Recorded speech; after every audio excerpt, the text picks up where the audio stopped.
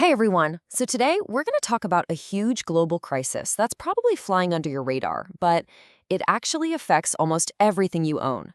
We're talking about a massive oversupply of chemicals, and it is completely turning a huge global industry on its head. You know, from the paint on your walls to the plastic in your phone, it all starts with what's called the petrochemical industry. And right now, that whole system is in chaos. It's facing a downturn so severe that it's forcing a complete reinvention of how they do business. So that brings us to the big question for today, right? What happens when the world just makes too much of the stuff that makes, well, everything? The world is literally awash in basic chemicals, and the consequences are just rippling out across the globe. It's changing the rules of trade, of competition, and even innovation itself. All right, first things first. To really get what's going on, you have to understand the sheer scale of this problem. I mean, we're not talking about a little surplus here. This is like a global tsunami of oversupply. And look, these aren't my words. They come straight from market analysis reports. You're seeing phrases like unprecedented and vicious competition pop up everywhere. The market has become what they call a red ocean. That's where companies are just fighting tooth and nail for survival in a totally saturated space. Okay, this slide really lays out the simple math behind the whole crisis. So take ethylene and propylene. Think of these as the basic Lego blocks for everything from plastics to antifreeze. As you can see, in 2025, the new supply of both is set to just massively outstrip any new demand. And that gap you see, that's the epicenter of this whole mess. So you might be asking, where is all this extra stuff coming from? Well, a huge piece of the puzzle is a massive expansion in production capacity, especially out of China. See that number? 9.25 million tons? That is the new propylene capacity coming online from China alone in just 2025. And to put that into perspective for you, that single year's expansion is more than double what the entire world is projected to need. So, what happens when all that extra product has to find a home? Well, countries start putting up walls. They try to protect their own industries, and that's kicking off a whole new era of global protectionism.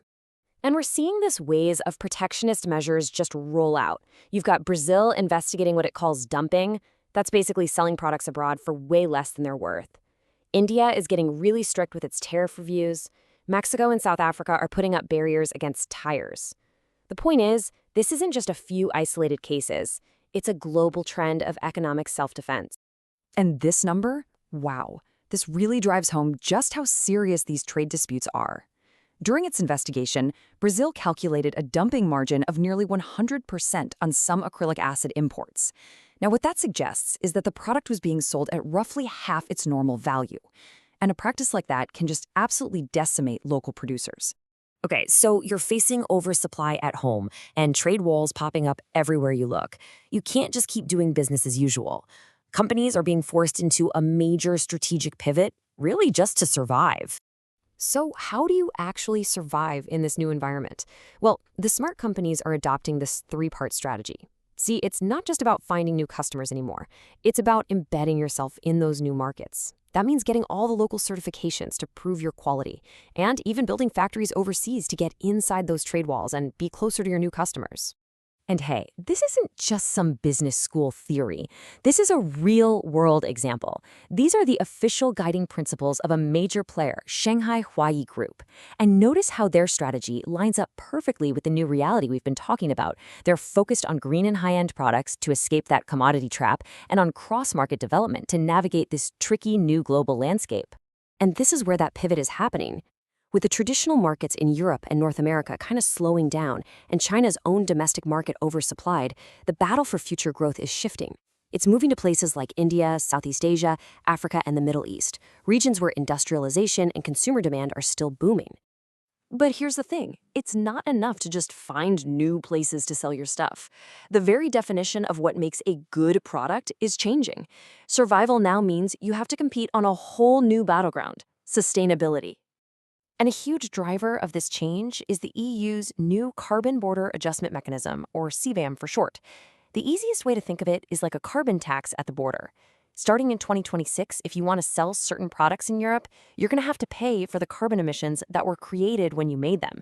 All of a sudden, your company's carbon footprint is just as important as your price tag. And this has kicked off a race for what's being called the green premium. Companies are innovating at an incredible pace.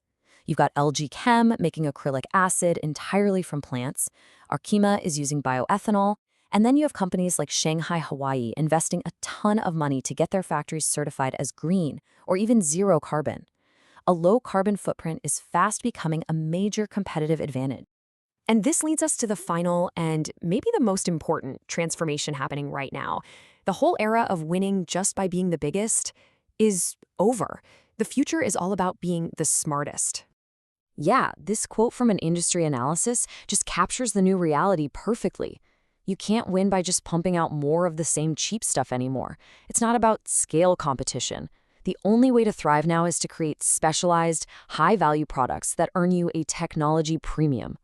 So let's break that down a little. The old model was pretty simple, right? Make huge volumes of standard purity chemicals and then fight over pennies on the price. The new model is completely different. It's about creating ultra-high purity products, things like medical-grade chemicals, that are valued for their performance, not their price. And that's where the real money is now.